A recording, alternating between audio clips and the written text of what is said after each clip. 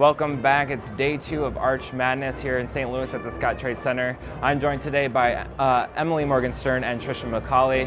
We're discussing the first half of day 2, the quarterfinals.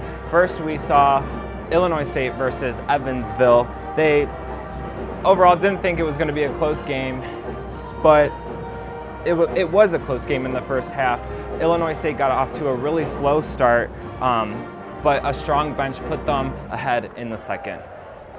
The Illinois State Redbirds took on the Evansville Purple Aces in the first game of the quarterfinals. It was a close game early on, with Illinois State taking the lead in the beginning of the first half. A putback by Evansville, David Howard, tied the game at 17, but a Redbird dunk gave Illinois State momentum going into the second half. A three-pointer by Paris Lead starts off the second half, and a steal by Jalen Brown that he takes coast to coast puts Evansville back in the game. Keyshawn Evans had 16 points off the bench and shoots this step-back jumper to secure the game for Illinois State. The Redbirds beat the Purple Aces 80-69 to advance to the semifinals. Jalen Brown led with 24 points for Evansville, and Paris Lead had 13 for Illinois State. All right, after viewing that, RSL reporter Nick Schultz was courtside after the coach's press conference. RSL reporter Nick Schultz reporting live from the Scottrade Center. I just got out of the press conference with Illinois State head coach Dan Muller. He gave full credit to the Evansville Aces. They never backed down during the game. And he also acknowledged that the team had 14 blocks. That is a MVC tournament record, breaking the previous record set by Wichita State, which also happened to be set against Evansville back in 2014. For the Rambler Sports Locker, I'm Nick Schultz. All right, so Emily, you viewed the game very closely. It was thought to be a blowout game. Illinois State, like I said, had a very slow start. How did Illinois State eventually get the ball rolling? So they didn't think that would be such a close game, having Illinois State ranked at number 1 and Evansville at number 8.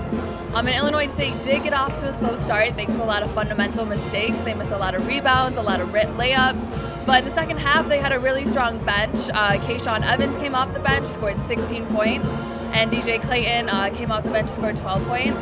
As well as the team, they had 11 blocks, which is now a new record from MVC tournaments. So all of that put together helped the Redbirds get that win.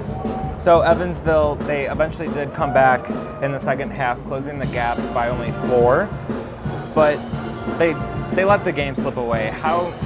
Kind of run me through how they let that happen. Yeah, so you got to give props to Evansville for hanging in there. No one really thought that they would hang in there with Illinois State. And Jalen Brown, who's a senior, scored 24 points. And in the last minute, he had a lead. He had a steal that closed the Redbirds' lead by 4 points. But Evansville had 2 missed three-pointers as well as 4 fouls that gave Illinois State a lot of free points that led them to win 80-69. So we also saw another game today, Game 4. It was Loyola University versus Southern Illinois. It could be said that they both played sloppily and could have performed better. The Loyola Ramblers started off strong with Ben Richardson hitting this 3, but the Ramblers struggled with turnovers, with the Sulky stealing the ball right here and making the layup.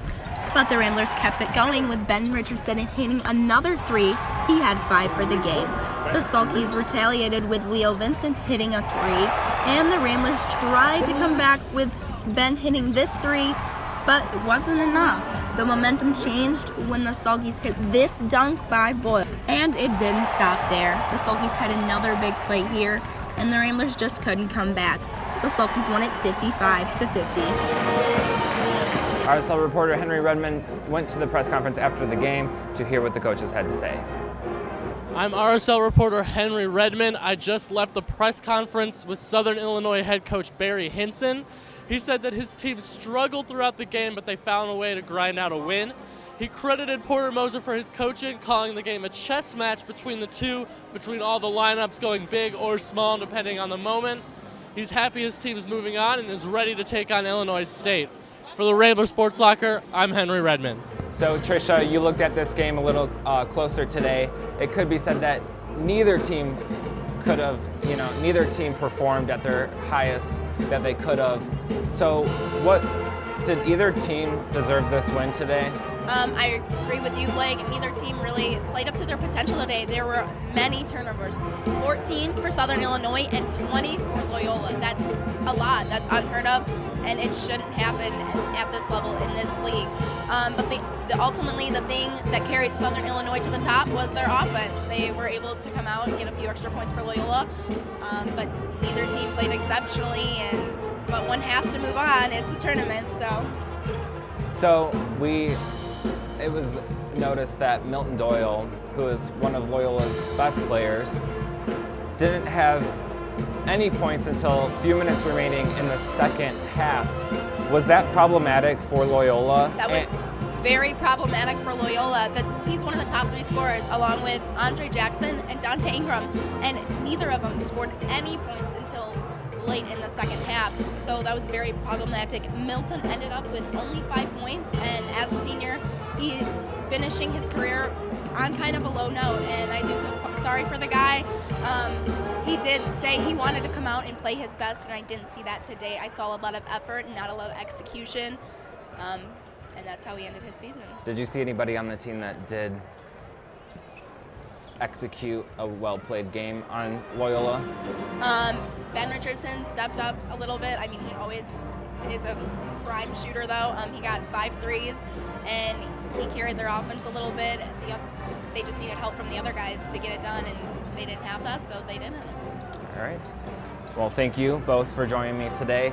Stick with us as we will present to you the second half of Day 2 of Arch Madness here at the Scottrade Center, and look forward to Illinois State taking on the Southern Illinois Salukis tomorrow in the semifinals.